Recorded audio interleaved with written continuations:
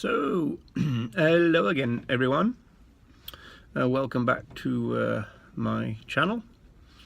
Been a bit of a gap between the last one and this one. The last one actually was about rabbits, and this one's about rabbits, and so therefore this is another one of those tales from an activist past. Oh, you see, I was waiting there just in case.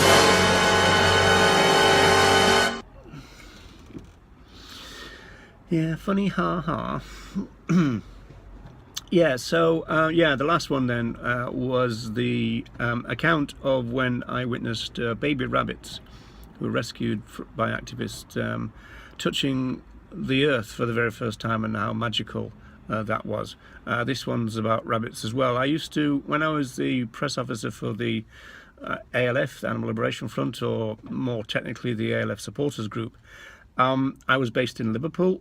In fact, we were located in Liverpool 24, which was an odd place in the sense that Liverpool 24 was split between two places. One was called Speak, and one was called Hale. And Hale was much richer than Speak.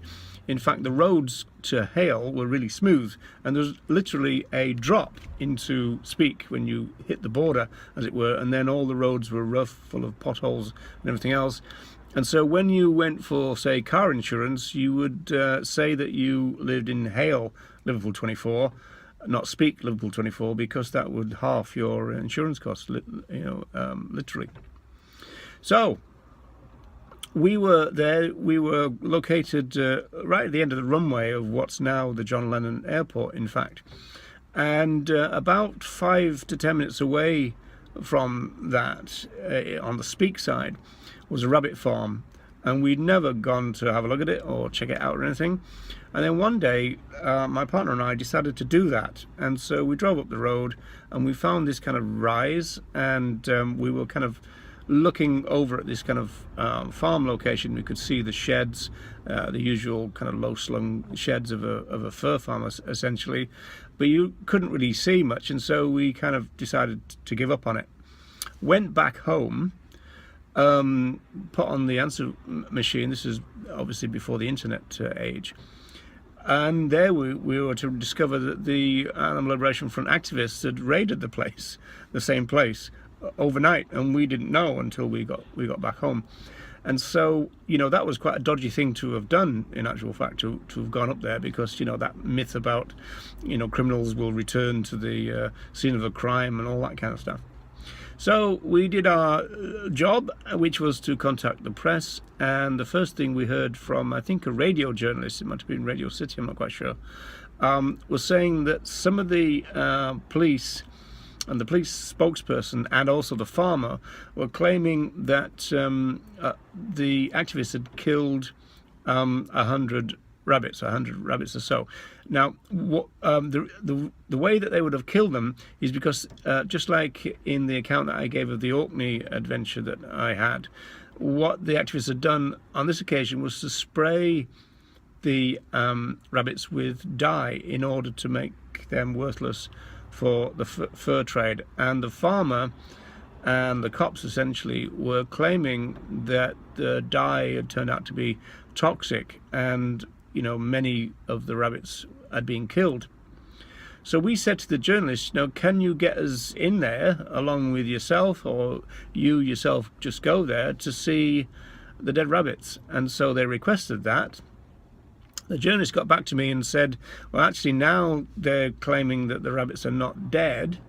Now they're claiming that the rabbits are blind. And of course, being a journalist and sniffing out a story, they'd also said, okay, well, we'll come down and look at the blind ones, or the blinded ones. And that was refused as well. And so this really kind of turned the tone of the press coverage in our favour. We were talking about now a kind of time when the press was starting to turn on animal activists, really. There was a time when the ALF would be described as, say, animal freedom fighters, that kind of positive kind of thing. And then slowly it started to get much more negative in relation to the kind of terrorist label and this kind of stuff. And you know, scandalously, you know, some national groups like the Animal Aid would join in with all that crap. So on this occasion, it was one of those things where, you know, the press may have been bad, but the journalist, because they knew that essentially they'd been lied to by the farmer and also the police spokesperson, and I think they suspected that the police had advised the farmer to come up with this story about all the rabbits being killed, you know, to make it very kind of negative, but it kind of like backfired on them really. And so it was good press coverage, as I remember. I think we did several radio interviews on the back of that, and it was just one of those things where, you know, circumstance actually made it a kind of positive story for once in this kind of situation where negative press was becoming more and more a regular thing. Okay, so there's your story, there's your account, another one from Tales of an Activist Past. Quite short. This is me signing off, Roger and out. Actually, it's Neville and I saying goodbye.